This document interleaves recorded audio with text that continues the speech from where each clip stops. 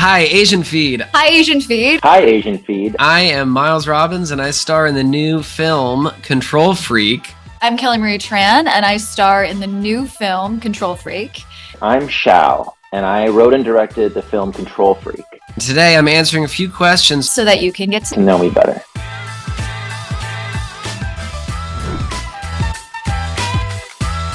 They should be excited to see a thrilling, slow burn, body horror monstrosity of a film with incredible performances, terrifying scenes, and it'll leave you etching your head. It was so bad. Dude, that was really good. That was like low-key a perfect paragraph. Okay, really perfect. Good. So that's it. That was it. One take. You guys will learn about. I'm actually a master actor. I think I got a good one here. Okay. If you're a fan of psychological horror and body horror, this film is going to scratch that itch. How was that? Was that pretty good? Are you in advertising? Holy shit, that was incredible. That's solid. People should be excited to see a practical monster, lots of blood, and honestly, a lot of crazy shit happening on screen. Am I allowed to curse? I did.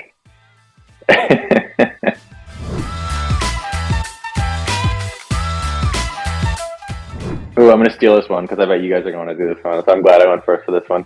The crew and cast put together this, like, on one of our off days. We had a little, like, cast party at this bar where everyone dressed up as characters from the film, and it was so fun. And everyone, like, had bandages and hats and blood, and we just went to this bar and danced and played pool and hung out. And it had like the best kind of vibe of kind of like family dynamic you get when you make a film together. And that for me was one of the highlights that we all just got to, like, celebrate and hang out. There was a great diversity of the touch tunes, I remember. You really saw everyone's inspirations coming together, which is the magic of making a film, right? Totally. It's all about the touch tunes. I think one of my favorite behind-the-scenes moments, well, for one, I love hanging out with a rubber person. It's one of my favorite things to do in a film is when there's a practical monster and they're having lunch. I think that's one of the best things you can do on a film. So that's always really nice to hang out with a person in their full monster costume.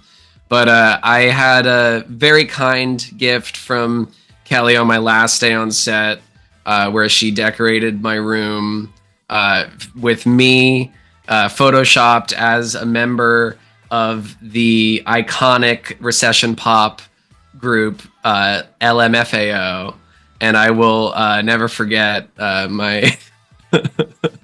I will never forget that party that rocked. So thank you very much, Kelly. That was fun. Dude, that was one of the funnest moments ever. Holy shit, I forgot about that. One of my favorite moments on set, honestly, Miles teaching me how to knit. Nice. Totally, like, just like the best activity to do when you're anxious and like nervous to do your next scene, just like knitting by the fireplace. You remember that day? That was nice. Oh yeah.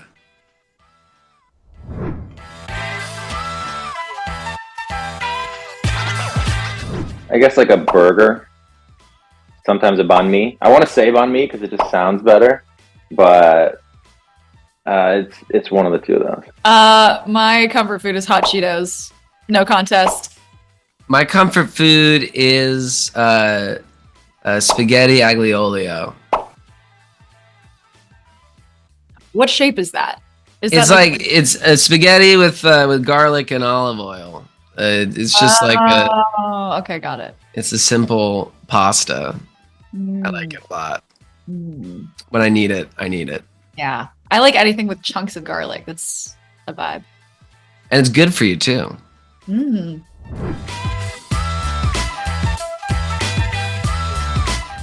I have this like group chat with my brother-in-law, and it's like the moon, and he's like looking to the side. He's like this. He's like this. He's like,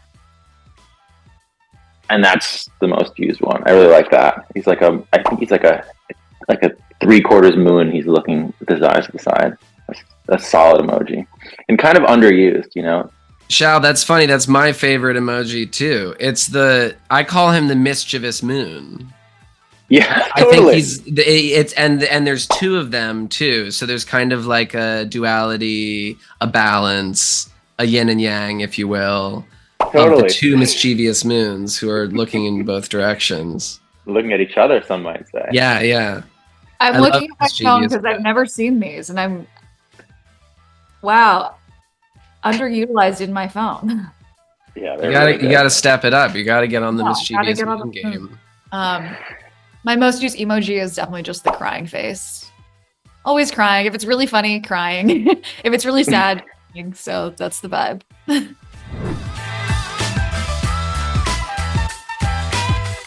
I'll be a park ranger. Like, I just want to be in nature and like wear khakis and just hang out with like bears and stuff. I would be hopefully running a record bar, record store, and wearing khakis and hanging out with bears. I would be, like a piano karaoke guy in a jazz bar, and I would look like 30 years older than I was, and I would smoke cigarettes all the time. I'd be really sad, and something really bad would have happened to me in my past, like my whole family had died or something, and I would just be in this bar playing piano, smoking cigarettes, just looking like I was like 80 years old, and people would be like, "What's this story? What happened to him?" I love New Year's Eve because it's a celebration of time, and we all get to do time. We all get to participate in time. It means the same to all of us, and marking it is, I think, a beautiful thing to do. Also, it's fun to dance. Although this year, for the first time, sorry, this is a bit of an aside.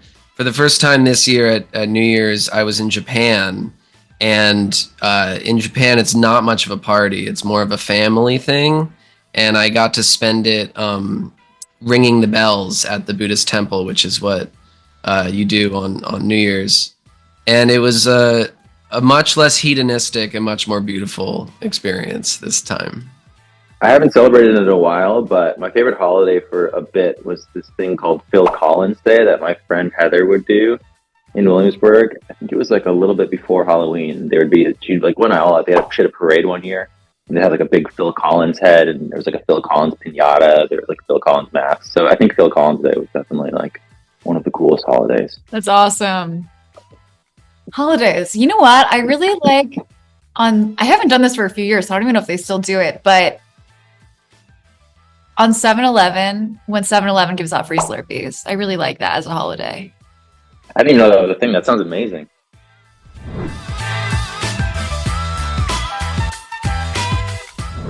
This is for AsianFeed, right? I would love to go to Asia. All countries in Asia, every one of them, one after another. I love you, Asia, and I can't wait to visit. Oh my god.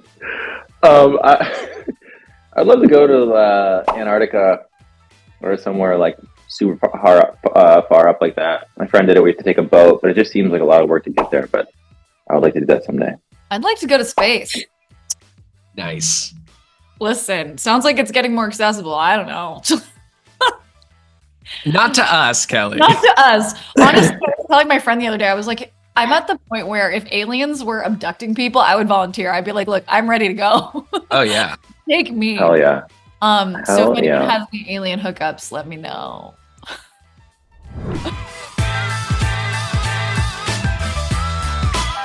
I mean, I think that's kind of like an unfair question. Like, I don't know.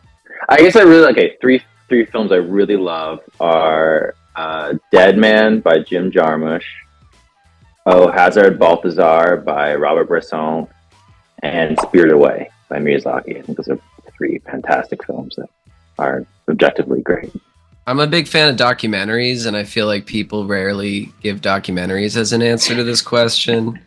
I don't know if favorite of all time is fair, but I like to share movies that I love so that people will go watch them. So I guess a few of my favorite documentaries are, and Cinema Verite, I guess, is Sans Soleil, the Chris Marker film. I love, one of my favorites. I really love the work of Ron Frick. I really liked Samsara. And the movie Dig about the Brian Jonestown Massacre and Dandy Warhols, I think, is the best rock doc ever.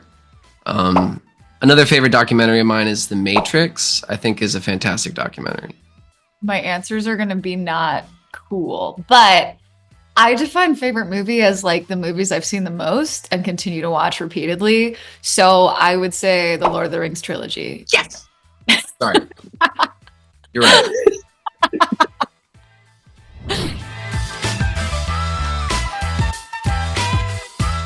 I don't know how you like phrase it, but my grandfather, he lived till he was like 94, and he took like a walk every day of his life forever. And he said something. It was like a habit is either like wings that set you free or like shackles that weigh you down. And find the good habits in your life and just repeat them every day. And he lived by that mantra, and he was like a very healthy, happy dude for a long time. My favorite piece of advice I ever received was always do what surprises you. That's really stuck with me. Okay. I don't know. It's a hard question. I think my favorite piece of advice, probably told to me very recently, was just not to be so hard on myself all the time. I think it's really easy, especially in the world today, to like be really critical of ourselves or feel like there's more that we could be doing to make the world better. And it feels so heavy to put these very large burdens on ourselves. So yeah, don't be so hard on yourself. Do the little things you can. And yeah. My hands are pretty important. I don't think I'd live without my hands for playing piano and climbing and playing video games and holding my son. So I need my hands. Water is a big one, but more specifically, taking a bath. I love a bath more than anything. That is a great answer. Shal, also, I don't know if I'm allowed to spoil this, but I'm gonna. So funny that you said hands and you made me. Yeah. I realized that after I said it. Maybe hand. Like one is pretty good. Yeah, just one. Just one hand. Is enough. Probably trees. I feel like whenever I'm feeling overwhelmed or insane, I just like look at a tree and I'm like, oh yeah, this tree is gonna live longer than me. And it just reminds me to chill the F out. So yeah, trees. Great answer. And you couldn't breathe without them either. Yeah. That's true too. Oxygen. So so you need them. Yeah. Mm-hmm. I guess Jesus would be a good answer for that.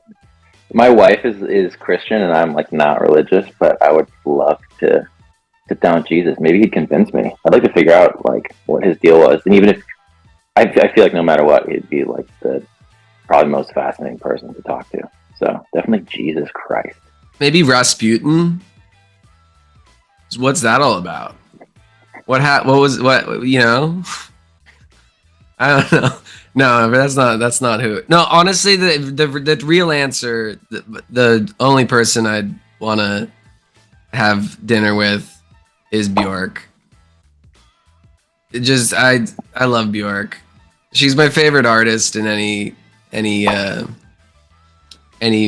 medium, and it's because she's the most curious, and I love that about her. And her curiosity and interest in everything that she does, I find very inspiring. And I just know she could tell me something really interesting about fungi.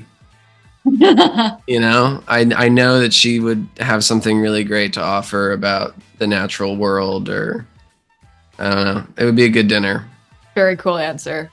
I think I would want to have dinner with someone like 6 generations like back in my family, just to know what that was like. Yeah, it's weird to think that like I've met my grandparents, but before that, I don't know. I would just like to see back in time what they were doing, what it was like.